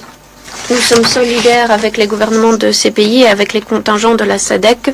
Nous souhaitons un prompt rétablissement aux blessés. L'escalade de la situation suite à l'échec du sommet de l'année dernière nous démontre le prix à payer lorsque les instruments politiques échouent. Nous appelons à une cessation immédiate des hostilités. Nous appelons à la reprise des négociations dans les processus de Luanda. Et nous appelons également à la mise en œuvre des engagements pris dans le cadre du processus de Luanda de la part du Rwanda et de la RDC. Nous insistons sur le fait qu'un véritable processus politique ne pourra porter ses fruits qu'après la cessation de tout appui fourni à des groupes armés illégaux. Il s'agit avant tout du M23 et des FDLR. S'agissant des paramètres de relance du processus de Nairobi ou de toute autre initiative, c'est au Rwanda et à la RDC de le décider. Toutefois, il est clair que la question nécessite une approche vaste et une certaine souplesse de la part des deux parties. Sans solution de la sorte, il sera impossible de trouver une solution pérenne au conflit. Et il sera impossible d'éviter le pire dans cette situation. N'oublions pas également un élément central de la crise, l'exploitation illégale des ressources naturelles du pays. Nul ne l'ignore. La région de Rubaya est riche en minéraux et se trouve sous le contrôle du M23. On le sait tous. Ces activités criminelles impliquent également des acteurs que nous connaissons tous et qui s'enrichissent grâce à la contrebande de ressources naturelles entachées de sang dans l'est de la RDC. Nous sommes convaincus que la lutte pour l'accès à ces minéraux stratégiques constitue une des raisons centrales de la poursuite de la crise dont nous sommes les témoins. Nous appelons à nouveau tous ceux qui disposent d'une influence politique et économique dans la région à peser de tout leur poids auprès des parties concernées. Cela devrait nous permettre d'éviter une escalade comme nous avons pu le voir lors de la situation qui prévalait en 2012 et 2013. Dans le même temps, tous les autres membres du Conseil de sécurité doivent continuer de réagir de façon adéquate aux événements qui se déroulent dans l'est de la RDC. Nous comptons que nous pourrons trouver des moyens de mettre fin aux souffrances de la population civile et de garantir la reprise des négociations. En guise de conclusion, j'aimerais indiquer que nous ne devons pas non plus oublier que l'instabilité dans la région des Grands Lacs est en grande partie un reliquat de l'ère de la colonisation. C'est à cette époque que les grandes métropoles ont placé les bombes à retardement dont souffre aujourd'hui la région. Nous constatons que les Congolais sont las de ces violences et souhaitent simplement vivre sur leur territoire. La Russie, en tant que membre permanent du Conseil, mettra tout en œuvre pour que cela se concrétise. Je vous remercie. Je remercie le représentant de la Fédération de Russie et je donne la parole au Panama. Monsieur le Président, ma délégation remercie la présidence du Conseil pour la convocation de cette réunion d'urgence afin de nous permettre d'aborder la situation alarmante en République démocratique du Congo. Nous souhaitons aussi la bienvenue à Madame la ministre des Affaires étrangères de la République démocratique du Congo. Nous prenons acte, en nous en félicitant, du rapport de la représentante spéciale du secrétaire général en République démocratique du Congo et chef de la MONUSCO, Mme Bintou Keïta. Son rôle de chef de file s'avère essentiel en ces heures critiques. Nous sommes aussi solidaires de la mission de Mme Keïta face aux menaces dont elle a fait état ce matin. Menaces inacceptables. Nous remercions aussi le secrétaire général adjoint aux opérations de paix, M. Jean-Pierre Lacroix, et la sous-secrétaire générale Joy Msuya pour leur contribution précieuse en ces heures difficiles qui touchent directement des centaines de milliers de personnes déplacées. Le Panama est vivement préoccupé par l'escalade du conflit dans l'est de la République démocratique du Congo, caractérisé par les récentes avancées du groupe rebelle M23 au Nord Kivu. Avancées qui ont aggravé qui ont entraîné une détérioration de la situation humanitaire et sécuritaire déjà fragile. La récente offensive du M23 a intensifié les déplacements massifs de civils vers Goma, a entraîné des pertes irréparables, notamment le décès tragique du gouverneur militaire du Nord Kivu, le général de division Peter Chirimwami. Les avancées du M23, ainsi que la consolidation d'administration locale de facto, représentent non seulement une menace grave pour la stabilité de la région, mais vont aussi directement à l'encontre des efforts de médiation et de paix déployés à l'international, notamment dans le cadre du processus de Luanda ou de Nairobi. Nous condamnons énergiquement les agissements du M23 et de tous ceux qui, directement ou indirectement, alimentent cette crise. Il est urgent que tous les acteurs agissent avec responsabilité, cessent immédiatement leur soutien sous quelque forme que ce soit aux groupes armés. Faute de quoi, les souffrances infligées au peuple congolais ne feront que croître. Monsieur le Président, ces événements menacent aussi la vie du personnel de l'ONU et limitent leur capacité de s'acquitter efficacement de leur mandat. À la lumière de ce qui précède, il est essentiel que le Conseil appuie encore la MONUSCO et s'exprime à l'unisson, garantissant les ressources, le soutien nécessaire pour qu'elle puisse faire face aux défis actuels et protéger les populations les plus vulnérables. Nous rejetons et condamnons énergiquement les attaques visant le personnel des Nations Unies. De même, nous regrettons profondément les pertes tragiques en vies humaines parmi les casques bleus dans le cadre d'affrontements en province du Nord Kivu, République démocratique du Congo. Nous sommes solidaires et exprimons toutes nos condoléances au gouvernement et au peuple de l'Afrique du Sud, du Malawi, de l'Uruguay face à ces pertes en vies humaines irréparables. Nous sommes aux côtés des familles des victimes en ces heures ô combien difficiles. Nous rendons hommage au courage, au sacrifice de ceux et celles qui ont fait preuve d'un dévouement exemplaire et s'attachent à cette noble mission de préservation de la paix et de la sécurité internationale. Nous remercions aussi les pays fournisseurs de contingents de la mission qui contribuent à protéger les civils et à encourager la stabilité dans le pays. Monsieur le Président, chers collègues, nous lançons un appel vigoureux à toutes les parties concernées afin qu'elles respectent pleinement le cessez-le-feu, qu'elles mettent un terme aux hostilités immédiatement, qu'elles respectent les engagements pris dans le cadre des processus de Luanda et de Nairobi. De même, nous réitérons l'urgente nécessité de reprendre les négociations dans le cadre du processus de Nairobi, en reconnaissant qu'un dialogue inclusif impliquant tous les acteurs concernés est essentielle pour parvenir à une solution politique durable. Monsieur le Président, en guise de conclusion, le Panama réaffirme son engagement ferme et indéfectible en faveur de la souveraineté et de l'intégrité territoriale de la République démocratique du Congo. Nous sommes convaincus qu'une approche intégrée, coordonnée, conjuguant leadership des mécanismes régionaux et appui ferme du Conseil sera essentielle pour mettre un terme à la violence et soulager les souffrances du peuple congolais. Monsieur le Président, le temps nous est compté. Nous ne pouvons pas nous permettre d'accepter que les promesses de paix disparaissent sur fond d'inaction. Il est plus impératif que jamais aujourd'hui que la communauté internationale redouble d'efforts afin de consolider les capacités opérationnelles de la MONUSCO. L'histoire ne nous jugera pas à l'aune de nos intentions, mais à l'aune de nos actions. Ce n'est sur la base d'un engagement ferme et d'actions concrètes que nous pourrons avancer vers la paix. Merci.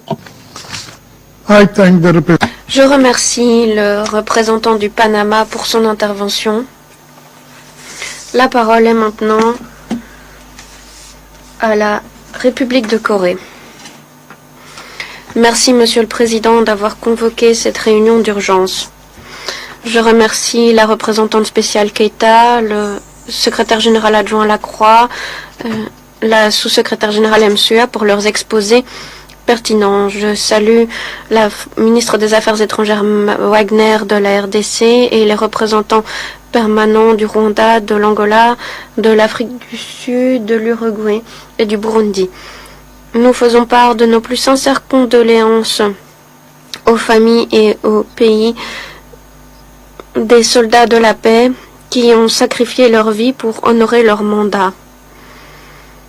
Nous souhaitons un prompt rétablissement à tous les blessés. J'aimerais mentionner 4 points au sujet de l'évolution préoccupante de la situation sur le terrain. Premièrement, nous condamnons le plus fermement possible l'offensive menée par le M23 dans le Nord Kivu. Nous exigeons du M23 qu'il cesse ses attaques injustifiables.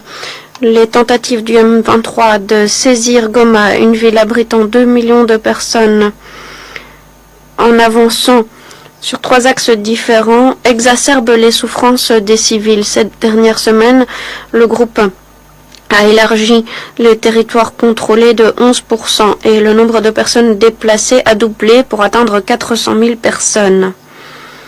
Ces actions sont des violations du cessez-le-feu établi au titre du processus de Luanda et provoque des mesures de représailles inévitables de la part des FARDC. L'établissement d'administrations parallèles par le M23 sur le territoire de la RDC constitue des violations flagrantes de la souveraineté et de l'intégrité territoriale de la RDC. Ces actions doivent cesser immédiatement. Deuxièmement, le Rwanda doit cesser toute forme d'appui au M23 et toute force militaire étrangère non autorisée doit se retirer de la RDC sans retard. Dans le cas contraire, nous courons le risque de plus de violence et d'instabilité, notamment dans l'est de la RDC, mais dans l'ensemble de la région des Grands Lacs.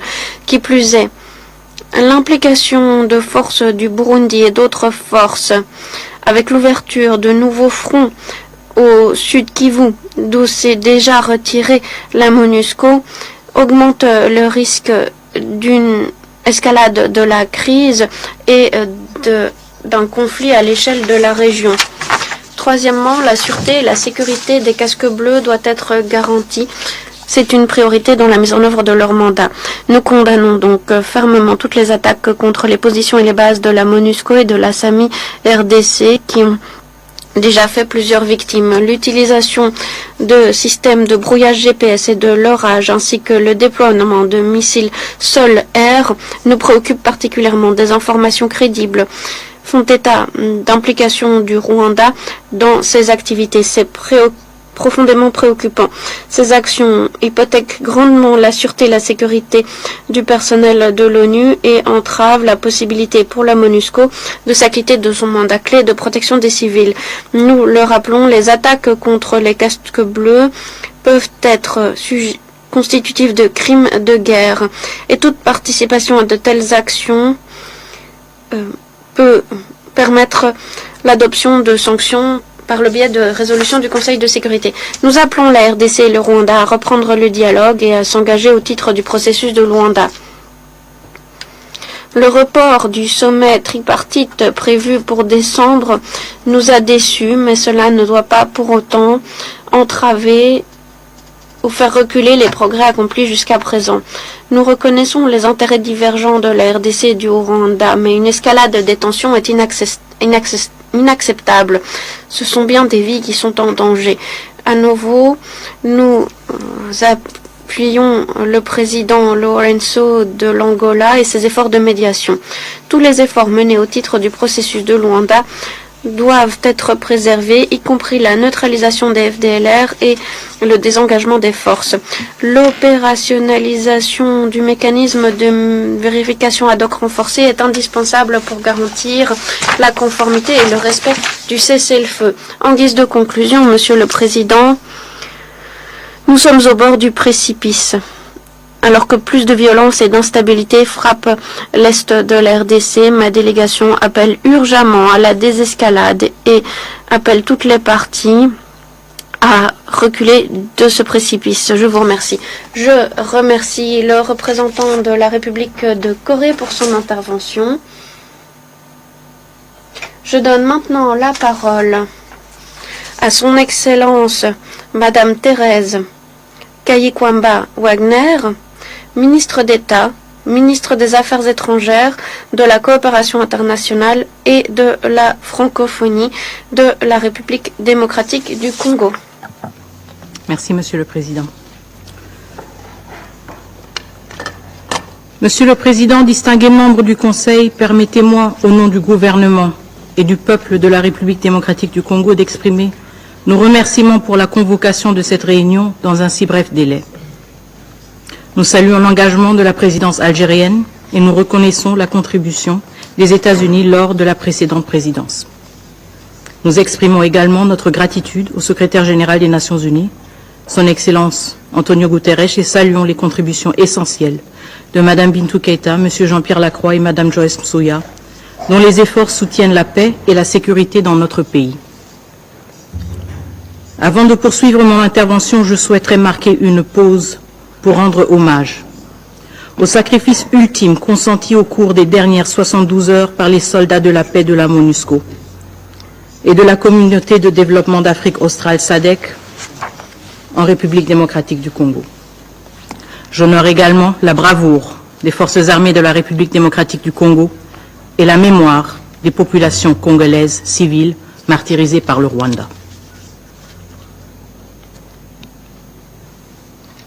Monsieur le Président, distingués membres du Conseil, l'histoire nous convoque aujourd'hui ici dans cette enceinte où se scelle le destin des nations. Elle ne tolère ni l'indifférence ni l'hésitation. Ce que traverse la République démocratique du Congo n'est pas un conflit parmi d'autres, mais une agression délibérée et méthodique contre un État souverain. Une violation flagrante des principes fondateurs de cette organisation et une atteinte intolérable à la paix et à la sécurité internationale. La République démocratique du Congo attend légitimement de ce Conseil qu'il agisse avec fermeté et diligence pour protéger la paix et la sécurité internationale et imposer le droit international, un pouvoir qui lui est exclusivement conféré par la Charte des Nations Unies.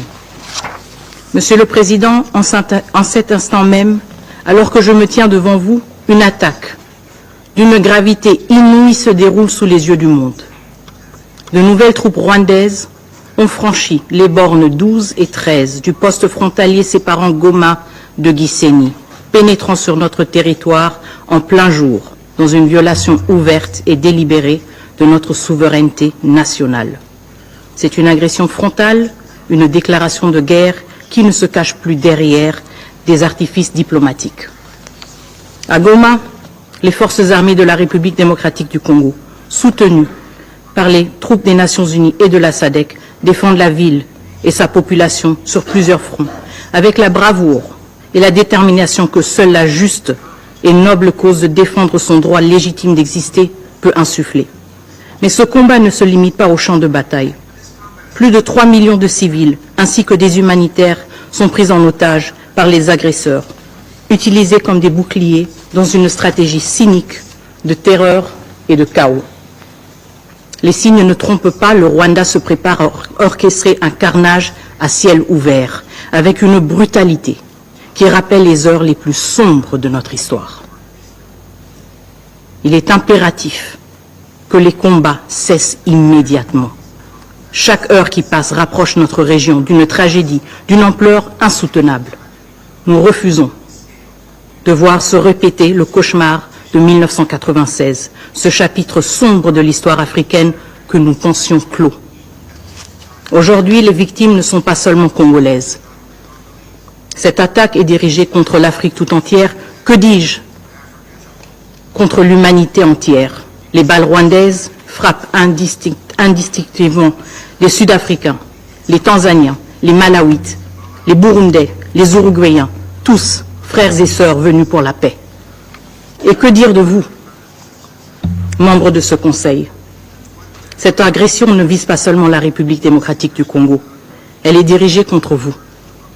Votre mission, contre vos soldats de la paix que vous avez mandatés pour protéger et non pour être pris pour cible. Laissez-moi être clair, chaque minute qui passe sans action décisive de ce Conseil est une victoire pour l'agresseur. Chaque hésitation fragilise la crédibilité des Nations Unies et condamne des innocents à l'indicible. Monsieur le Président, Mesdames et Messieurs, le monde vous regarde, il est temps d'agir. Depuis le 6 janvier 2025, les forces de défense du Rwanda et leurs supplétifs du M23 intensifient leurs attaques en violation flagrante du cessez-le-feu du 4 août 2024, occupant les localités stratégiques telles que Katale, Louchébéré, Massissi Centre, avant de progresser vers Bweremana, Minova et Kalungu. Ces attaques aggravent une situation humanitaire déjà catastrophique, provoquant le déplacement de millions de Congolais et visant à chasser les civils de leur foyer pour établir une administration parallèle et modifier la configuration de la région. À Goma, les RDF ont délibérément coupé les lignes d'approvisionnement en électricité et en eau, bloqué les routes d'accès stratégiques et utilisé les brouilleurs GPS mettant en danger les vols civils et humanitaires. Le 19 janvier 2025, l'hôpital de Médecins sans frontières à Massissi Centre a été frappé par une roquette, blessant 2 humanitaires. Ces actes, comme les attaques répétées contre les camps de déplacés, illustrent une violation manifeste du droit international humanitaire et révèlent l'objectif des RDF et du M23. Semer la terreur et paralyser l'assistance humanitaire. Nous mettons en garde contre le piège du prétexte fallacieux avancé par le gouvernement rwandais qui brandit la protection d'une de nos nombreuses minorités comme justification de son ingérence. La réalité est tout autre. Aujourd'hui, dans les camps de déplacés congolais, les victimes sont de toutes les ethnies, y compris les Tutsis congolais qui subissent le même sort tragique que leurs concitoyens face à la violence des forces armées rwandaises et du M23. Alors que nous faisons face à cette catastrophe humanitaire, il est clair que cette crise est directement liée au pillage économique de notre pays. Le dernier rapport du groupe d'experts des Nations Unies révèle l'ampleur du pillage orchestré par le Rwanda. Chaque mois, plus de 150 tonnes de coltan sont illégalement extraites et acheminées vers le Rwanda, où elles sont frauduleusement étiquetées pour l'exportation. Ce commerce illicite compromet la souveraineté de la RDC et finance directement les activités militaires des forces armées rwandaises et du M23. À Rubaya, le site le plus grand d'exploitation de coltan de la région, les RDF et le M23 ont établi une administration parallèle, exploitant nos ressources et imposant leur contrôle sur les populations locales en toute impunité. Ces activités doivent être sanctionnées. Cependant, cette exploitation illégale n'est qu'un aspect de l'agression menée par le Rwanda. Depuis le début de leur campagne de terreur en 2022, les RDF et le M23 ont systématiquement ciblé les forces de maintien de la paix. Le 24 janvier 2025, le général-major Peter Chirimwami Nkuba, gouverneur militaire du Nord Kivu, a été lâchement assassiné par les forces armées rwandaises alors qu'il commandait sur la ligne du front. Le 25 janvier, 9 soldats sud-africains, 3 soldats du Malawi et 1 soldat uruguayen ont été tués dans des affrontements avec le Rwanda et le M23. Un char des Nations Unies a été incendié, marquant un nouveau seuil dans l'hostilité ouverte envers les institutions multilatérales. Par ailleurs, une compagnie de casques bleus tanzaniens à Kanyabayonga reste jusqu'à présent encerclée et coupée de tout approvisionnement par les RDF et le M23. Le dernier rapport du groupe d'experts révèle également l'utilisation par les RDF et leurs supplétifs d'un arsenal sophistiqué. Missiles solaires, mortiers guidés par GPS et missiles anti-chars. Ces violations flagrantes du régime d'embargo sur les armes et le droit international humanitaire menacent gravement la paix et la sécurité de la région des Grands Lacs. Ces 3 dimensions, humanitaire, économique et sécuritaire, révèlent une réalité incontestable. Une agression systématique et coordonnée contre la République démocratique du Congo par le Rwanda. Monsieur le Président, distingués membres du Conseil, le processus de Luanda, conçu pour offrir un cadre de résolution pacifique, a été saboté par l'intransigeance du Rwanda. Chaque engagement pris à Luanda a été piétiné, à commencer par le cessez-le-feu du 4 août. Aussi, depuis l'établissement du mécanisme de vérification ad hoc renforcé à Goma le 5 novembre 2024, le Rwanda n'a jamais envoyé ses 3 experts militaires pour superviser la mise en œuvre du dit cessez-le-feu. Rappelez-vous, lors de notre dernière réunion du 8 décembre dans cette salle, le représentant permanent du Rwanda avait affirmé que les experts étaient en route pour Goma. Aujourd'hui, 82 jours plus tard, ils ne sont toujours pas arrivés. Le 15 décembre, le Rwanda a sciemment saboté le sommet convoqué par le facilitateur du processus de Luanda, son Excellence João Lourenço, en ignorant son invitation. Et le 23 janvier, le président du Rwanda a surpris le monde entier en sollicitant la médiation de la Turquie, s'éloignant ainsi des principes de solutions africaines aux problèmes africains. Malgré ce mépris flagrant affiché par le Rwanda pour le processus de Luanda, la République démocratique du Congo reste pleinement engagée et réitère sa confiance en son Excellence João Lourenço. Ce processus, endossé par l'Union africaine, demeure le seul cadre légitime pour une solution politique au conflit entre la République démocratique du Congo et le Rwanda. Ce cadre, exclusivement interétatique, ne saurait inclure des acteurs non étatiques ni les élever au même rang que des États souverains.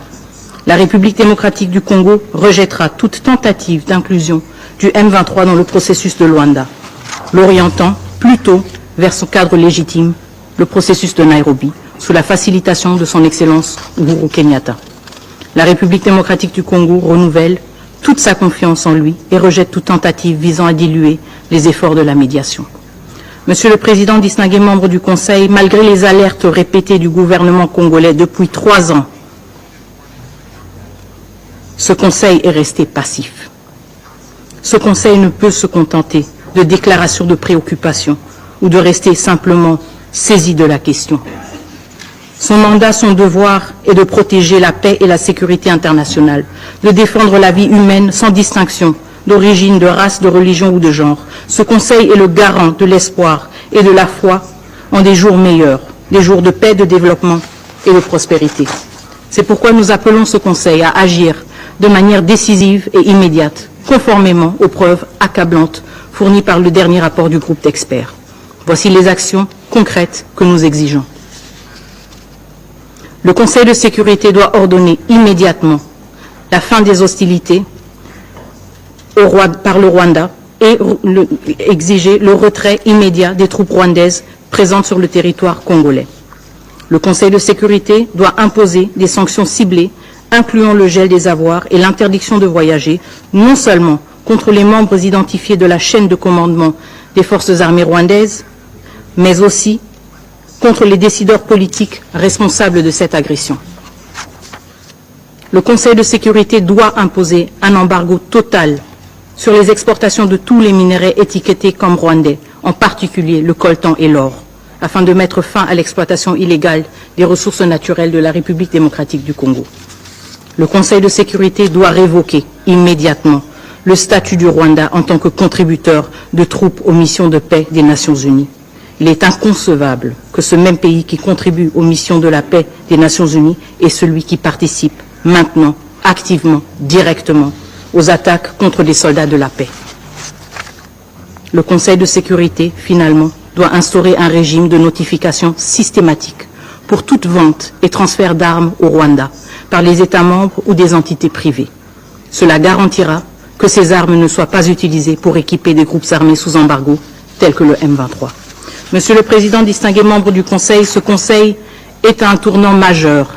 L'indécision et l'inaction ne peuvent plus être tolérées face à une crise qui menace de plonger notre pays et la région dans un chaos absolu.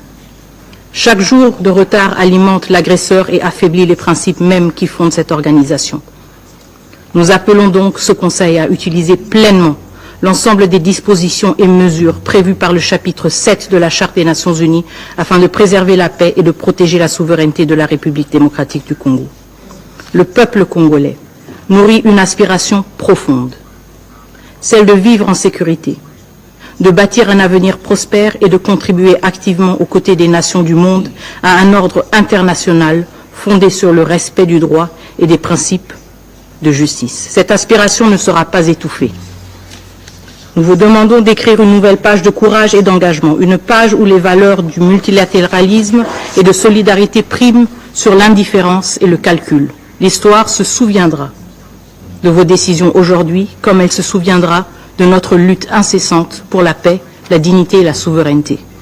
Et à ceux qui oseraient justifier l'injustifiable, nous disons ceci, il n'y a aucune place dans ces salles dédiées à la paix mondiale pour des discours qui cherchent à excuser le péché impardonnable de sacrifier des vies innocentes. Le respect dû aux centaines de milliers de vies en jeu exige le silence face à l'évidence. Face à l'adversité, le peuple congolais se distingue par une résilience, une dignité et une détermination qui imposent le respect. Ce courage exemplaire, porté par le désir de vivre en sécurité, de bâtir un avenir prospère et de contribuer à un ordre international juste, témoigne de la grandeur du Congo. Cette force inébranlable ne sera jamais brisée. Je vous remercie. Je remercie Son Excellence, Madame Kaikwamba Wagner.